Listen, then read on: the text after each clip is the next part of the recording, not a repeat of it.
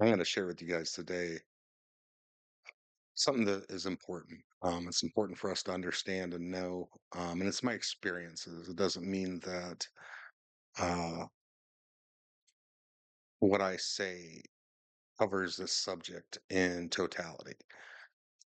I can only share my experiences, what God has revealed to me, and then redirect it to the Word for confirmation. And today, that's going to be walking through the fire, right? Um, if you're like me, you really enjoy this new era of Christian music, and Jesus is really taking over everything. If you can't tell yet, you're not really looking. But when we think about walking through fire, we think about, at least me, the first thing that comes up is that Ben Fuller song, that "Walk Through Fire," right? And it sounds sexy, right? Like, man, you may not like me using that word, but it is so alluring and attractive. And there's songs about God, give me the fire. And that's awesome. Like we hear these songs, right? And we see the glory of coming out the other side of it. And, I do believe a lot of those musicians have experienced it. And that's why there's so much power and passion in their songs. Mm. But today we're going to talk about like what that looks like, um, the purpose of it, what the sheer mechanics of it are, or at least I'm going to do so to the best of my ability. Um, you know, when we go through the fire, every instance that I know of personally, all right, and I can't speak for people I haven't met, and maybe somebody has a different experience, but for myself and everybody else that I know, the precursor to it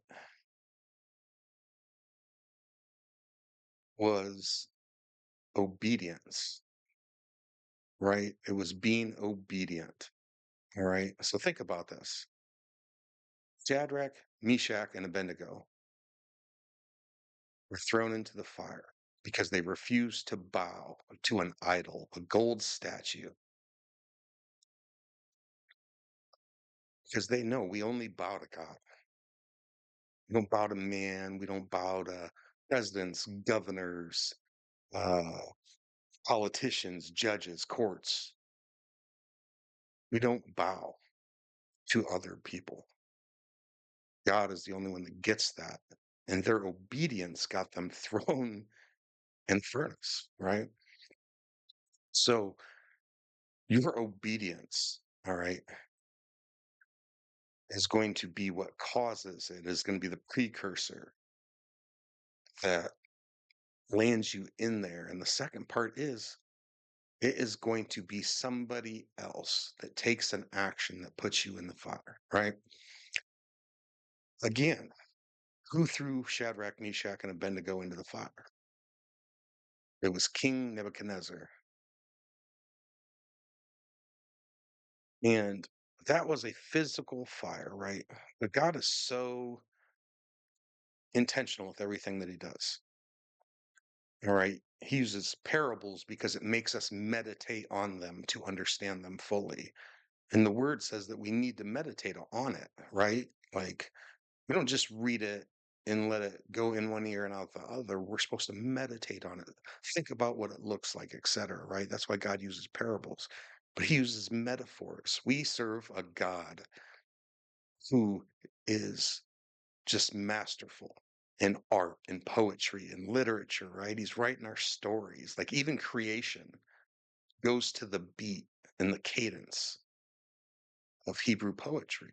And it's not because of who wrote it, it's because God was literally conducting a symphony as he created the heavens and the earth, right? So the physical fire that is described in the Bible that is translated metaphorically through fiery trials, right? These are things that our obedience leads us to, that other people initiate, And then we are in a situation where nobody can help us. Like mine, man, I thought of a million ways that a million different people could step in and help me, people that owed me. I mean, all sorts of stuff. And God literally handicapped all of them. And it felt terrible, right? It feels terrible. You get stretched to your max. Like you have this idea in your mind of where your quitting point is. And when you get there, like you start to feel some relief, right? Like God's going to get me out of this. No, he shows you what your limit is. And it's like 10, 20 steps farther than what you think it is. The only thing I can relate it to is like in the military, they really push you to your real limits. You know what I mean? And you don't have a choice. So you have to keep going even when you think that you can't. And a lot of people learn like how capable they are through that process, right? God taking you through the fire. Yes, it's he cursed by your obedience. Yes, it's initiated probably by an enemy or enemies. Takes you through that fire because when you come out on that other side, you will look at everything in life and you can handle it peacefully, calmly. You can hold your peace. You can still love others without snapping at them. And God has shown himself faithful through that. And the other thing that it does is like what an increase in faith that it delivers. Not only do you learn all sorts of stuff about you, but when you get to the other side, right? And this fire is constantly referred to as a refining furnace, right? And when you smelt ores into gold, silver, palladium, platinum, whatever it is, you are separating metal from rock. You are getting the impurities out to end up with a pure product, right? The reason that that God uses that analogy for it is because in this fire, everything that's in you, your insecurities, your fears, um, lies that the devil has told you that you've held on to, all of these things, right, are put under pressure and they come to the surface, right? And like, man, I can't speak for anybody else, but I was freaking out. Like, I'm losing my stuff. I'm literally, man, crying. I'm angry. I am telling God I hate this. You know what I mean? And I'm dealing with all these fears that are coming to the surface, insecurities, man, doubts, all of this stuff, right? I mean, we're talking about 15, 20 years of trauma is just boiling to the surface. And I hated it. It felt terrible. Oh my goodness. Like it literally felt like I wasn't going to make it another day. I mean, it really did. It felt like it was gonna kill me.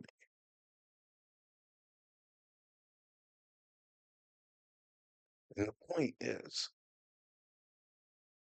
that it takes all these things to the surface.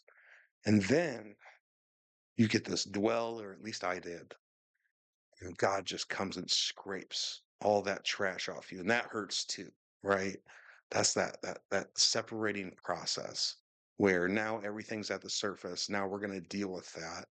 And look, this is psychological. This is why therapy works, right? We internalize things, we bottle them up, we build boxes around them. We get grumpy when people try to bring it up. If you look at vets with PTSD, they don't like talking about it, et cetera, right? Because we hide this stuff and we try to put on a front like we're normal, okay, et cetera, right? God's not okay with that. That's a lie, right? And he uses this fire so that way your efforts and energy is everywhere else except for bottling this up and it comes to the surface. So you have to address it. Now you're forced to sit in it. God's removed all help from you, and it's just you and God. And now you are forced to address these things that you have been hiding from Him, that you've been hiding from others, and address them head on. Just like therapy, dreams work the same way. Do you know the body disconnects from um, physical movement and the effects of stress? And that is a natural way for the body to process trauma, for your mind to experience it in dreams where the stress of experiencing it can't affect you physically. All right. So this is just like a supercharged process going through this fire, right? And if you're going through the fire, I don't think me telling you this is going to make it hurt less. I think what it does is it gives you the strength because you have now meaning and purpose attached to your suffering, right? Like I can suffer for an outcome. I tell people all the time, if somebody offered you $10 million to live under a bridge homeless for a year, would you do it? And everybody says yes, right? You can suffer for a desired outcome. I think the benefit in talking about this is that you know that there is a benefit. God is trying to take you somewhere. All right. He didn't just put you through the fire for no reason. He is trying to take you somewhere where the people you're going to help, the people that are going to help you, the position you're going to be in requires that they see who you really are and not the scars of your past, not your trauma, not the things that, we wear because we carry burdens that we were never meant to carry. There is a purpose in this. And when you come out, my goodness, there was things that I didn't even know affected me still. And when you come out, you feel like you glow, just like metal coming out of the furnace, right? It glows. There is none of this crap and this trauma and unforgiveness and whatever it is that you have that is dimming your light anymore. And it hurts because God is taking you through 20 years of healing in a couple of weeks, maybe a couple of months. And He does it because He loves you. Freedom of it was worth it. When I was going through it, it didn't make sense and it hurt. Like it emotionally hurt me, and I'm just like, God, why? Like, why? Like, I'm being obedient. I'm doing all these things, right? And it's really a reward. It just doesn't feel like it. It sucks. I mean, I'm not going to mince any words about it.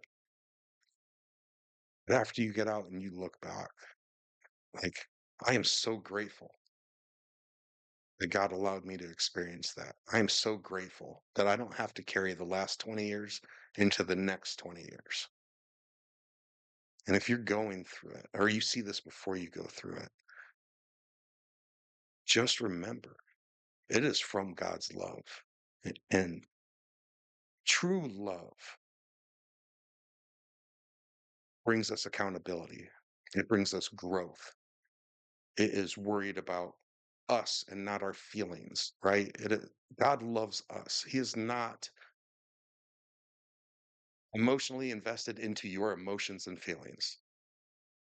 He is emotionally invested into your salvation, you making it to heaven, and you fulfilling your purpose because there's more satisfaction of fulfilling your purpose here than there could ever be pain from having to deal with all the stuff that the devil puts you through.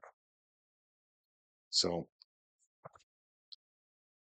I want you to just picture Shadrach, Meshach, and Abednego, right? They get thrown into this furnace. They're freaking out. I guarantee you. The Bible makes it sound probably much more glorious, right? But it's a book. It can't cover everything. Really, there's a lot put into small paragraphs in the Bible. And they said, like, our God will save us. And even if He doesn't, we will serve Him and we will not bow. All right. Now think about those words. Even if He doesn't, right? That's their mindset going in there. And yes, they're brave and courageous for doing it. But bravery and courage isn't the absence of fear. It is action despite the fear, right? the emotions that they had to experience, right? And how long did they sit in that fire before they realized it wasn't burning them, right? Like, how long were they freaking out? How long were they screaming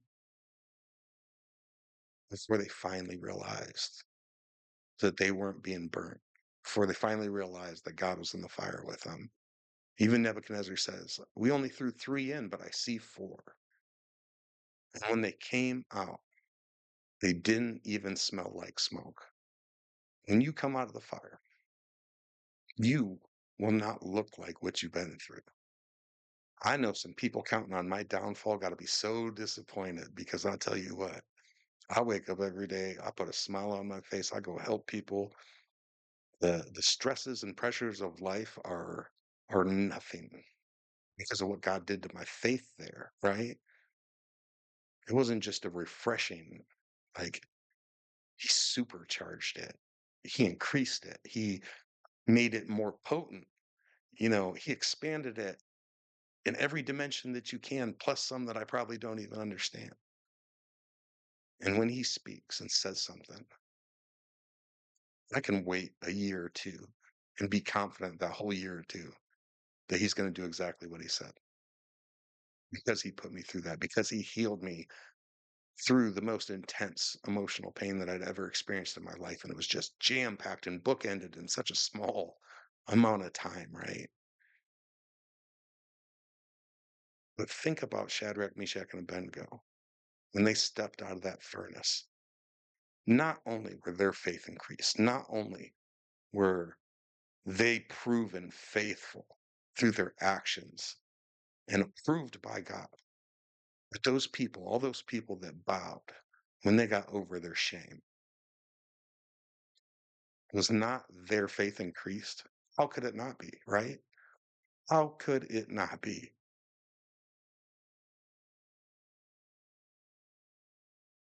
What you're going through or what you will go through in this process, if it only affected you, you're going to be okay with it.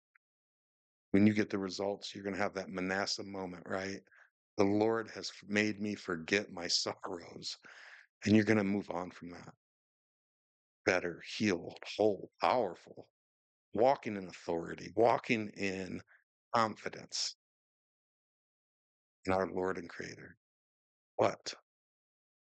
What it will do and what you will do in other people's lives, the encouragement, the faith building. There will be people that make it to heaven because of you. Those are the only treasures that we get in heaven is the people that God uses us to inspire and bring there with us. If you're going through it right now, nothing I just said is going to make the pain less. Let my words grow your endurance. Let my words give you hope that what is to come is greater than what has already passed.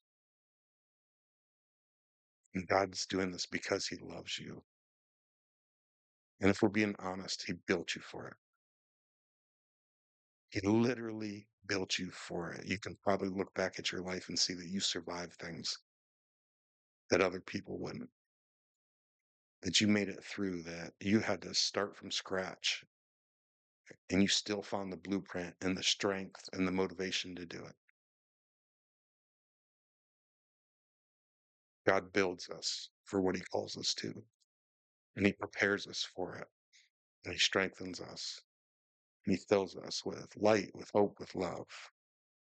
And like a top, man, he spins it and shoots us off and lets us go do havoc in the kingdom of darkness. Lets us go fight evil. Lets us go take the fight to the devil. Lets us punch him square in his mouth. And if I had to do it again, I'd do it two more times just to get the same result that I have now. So I love you guys. As always, God bless y'all. And you got this. Like, you so got this. I promise.